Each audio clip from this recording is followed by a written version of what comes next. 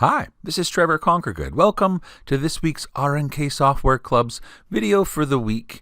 And the topic for this week actually came from one of the Facebook forums for Floriani users. And somebody asked a good question, and they had posted this image asking, how could you create embroidery that had this kind of an appearance?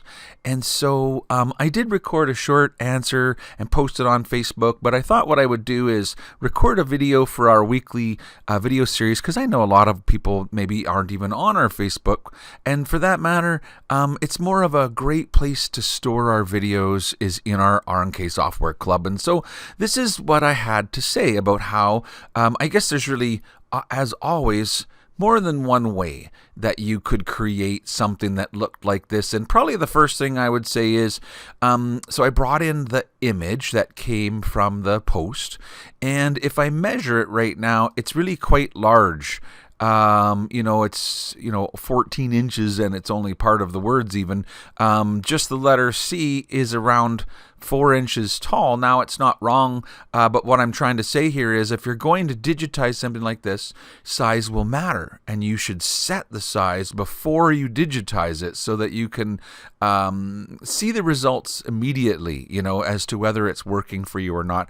And so it's not wrong to do it at 4 inches, but if you wanted it smaller, you could resize your image as well. And so what I did was, so here's the backdrop tool. And that's the tool that you use to select, when you open a JPEG or put a JPEG on the back of your sort of workspace, if you want to resize it, you click on the backdrop image. And then you can right click, and I'm going to choose Define Scale. And when I use Define Scale, I can click at the top of the letter C, drag, and then let go at the bottom of the letter C. And it tells me that currently, what I've requested is 4 inches tall. And how tall would you like the letter C to be? Maybe I want it to be a 2-inch tall letter C. And so I say OK.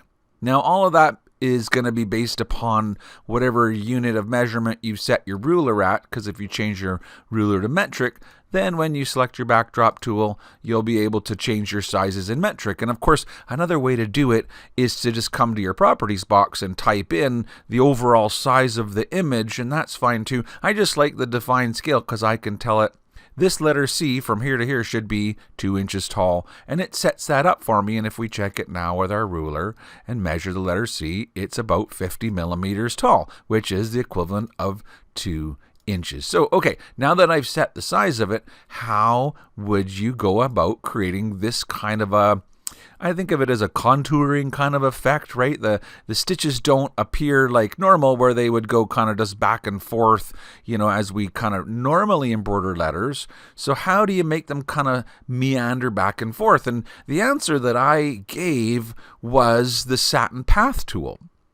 And so what you're going to need to do is, use your artwork tool to create these lines. And essentially, you can click and click and click like this. If you hold down the Control key, it will round or curve your lines.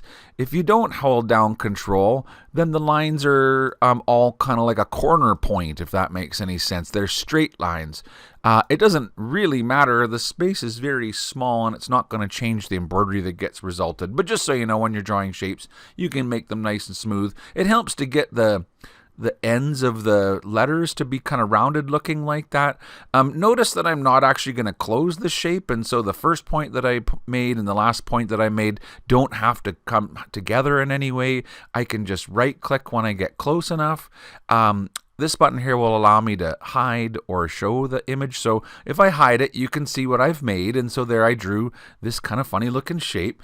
And now I'm going to use the select tool to select it. Of course, you can close the shape if you want, but it doesn't need to be closed, is what I'm trying to say. So close it if you want. There's a button right here that's like closes shapes. But what I'm saying is it wouldn't matter, because when you click on, and these are the tools down at the bottom, there's Satin Path, you've got Satin Path with Jagged, you've got Satin Path with Blending Colors, you've got Satin Path Spiral, Gradient, Fancy, that's the one we're going to do, Contour, as well as Radial and Auto Satin. Now, Auto Satin's nice because if you click Auto Satin, it quickly puts in the stitches. It'll put in, kind of traditional embroidery stitches, and it puts in all the angle lines for us. Notice if I go to the Shape tool, all of the angle lines.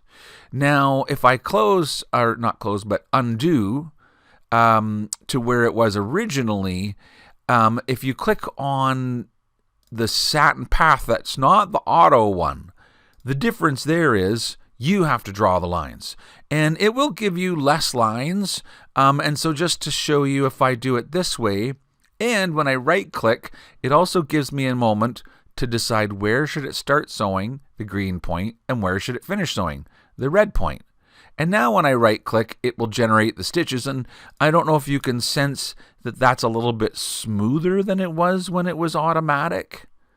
So let's just let's do this. Let's leave this one, copy it, and bring it off to the side. And so you have two of the same one. Let's click on the artwork tool, kind of like an eraser, gets rid of all of this thread, and then click on Auto Satin. So when I do Auto Satin, the software puts in the inclinations for me, and I notice that they kind of sort of seesaw back and forth a little bit. Can you sense that?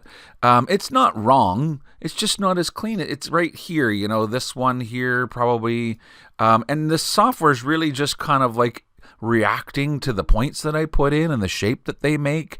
And so of course you can come in and make changes to them if you want to, and I guess smooth things out or make them crazy if you like. Sometimes there's a dramatic effect we're trying to create in a design, and we actually want them to have like contrasting angles like this. Here I'm trying to grab the angle lines and put them there so that it can be vary back and forth, and that's maybe done for a visual effect, right? It could be something that looks like that. Anyway, all of that kind of doesn't really matter for this particular demonstration, because notice if I select this one and change it to be a Contour Satin, it puts my contour lines in. And if I select this one, even with its little bulge, if I click the Contour Satin, it still gives a pretty similar result, other than the fact that it is now contouring the little bulge that I made there. So this was my idea, it's an easy way to create contouring lines. It may not be like exactly what you saw in the artwork, but it does give quite a nice kind of look like that. And so that would be my suggestion. You can even use the red exit point to like move it to here, and that way the embroidery is now finished right there, and you can go on to do sort of the next piece, right? So now you've got your first piece made, and essentially this is really kind of hands-on or manual digitizing. There's not really an automatic way to create this particular effect. Somebody's going to need to at very least trace out your letters. Now, if you owned a software like Lettering Master, then I guess what you could do is you could digitize, the upper and lower cases of an alphabet, convert them. You don't have to digitize them. I guess you could get a TrueType font, start with TrueType font artwork, and then apply this fancy contour style embroidery to it, and then save it as a font. And that would be kind of a new and unique way of making a font. I'm going to right click now to stop drawing. So I outlined the other part of the C. If I select right away and I click on the contour tool, it's kind of like clicking on the regular satin tool. It requires me to put in the contour, the inclination lines. And these are telling the software where the sort of left and right hand side is, so that it knows where to contour. And when I right click, I can set, there's the green point right there. Now the red point finishing down here doesn't make much sense. You might as well move it over here so that it can connect over to the O. Or maybe you want a long jump in between the C and the O, in which case maybe bringing it over here would make more sense. And that way there would be a longer trail thread between the C and the O to trim if you were planning on trimming it versus connecting them. So this was kind of my idea. Looking at what I've made, let's just hide this. Now the light blue color is no longer kind of easily visible, so I'll just make it a little bit darker. But what I wanted to show was, because the letter C is wider here and this one's not quite as wide, this one will show to have a little bit more sort of that sketching, what you could do, or the contouring, what you could do is take this one here and, maybe try making it just a little bit wider and seeing if you don't get a little more contouring lines in, or select it and come to your density and say, well, I'd like to tighten it up, because you see what happens with this one is it bases the number of contour lines on the widest point. And then when you get thinner points, it kind of condenses them in. Well, this one doesn't have that same widest point, and so right here, it seems like there's more lines here than there are here. And so the way to balance that would be with density, right? And so making the density smaller, instead of a full 1 millimeter, maybe we try a 0.8 and see if that doesn't give us enough to give a little extra lines to it. Or if that's not enough, then maybe try 0.7 or 0.6. So know that density is always the measurement between two rows of stitching like this. And I guess the idea here is to leave it a little bit open so that you can kind of sense the contouring of those lines. And so that was my suggestion for this particular artwork. Now, I did say, and I will say it again, there are other ways to do this, because another thing that kind of came to mind right away was Sketch-A-Stitch. Now, Sketch-A-Stitch is not part of the FTCU program. It's a standalone one, or a separate one, or an add-on. You can add them to, if you own them both, they unlock together. And so right here, I've got this little paintbrush that turns on the Sketch-A-Stitch widget. And so now I've got this little blue wheel, and when I click right here, this is the brush selector. And so I could do any number of types of embroidery, from run stitch to fill stitch and applique and all kinds of steel stitches, including a calligraphy and a tapered end one. So the idea here is when you want to create embroidery, you click and you drag, and when you let go, it makes the stitching. And if I do run stitch, I click and I drag, and it makes a single line of run. And so what I was thinking was, it wouldn't be wrong to like zoom in over top of that letter O, and here it might help me if I grab like a light yellow, or something that's got some contrast to the artwork, so that I can kind of see when I'm sketching. But as I scrub with my mouse, I'm going to just sort of draw the similar effect, right? The contours. And so as you cross, the path here, and I'm doing this right now with my hand on the desk using a mouse. And so it's not that this is hard, but it does take some, practice to get kind of smooth at it.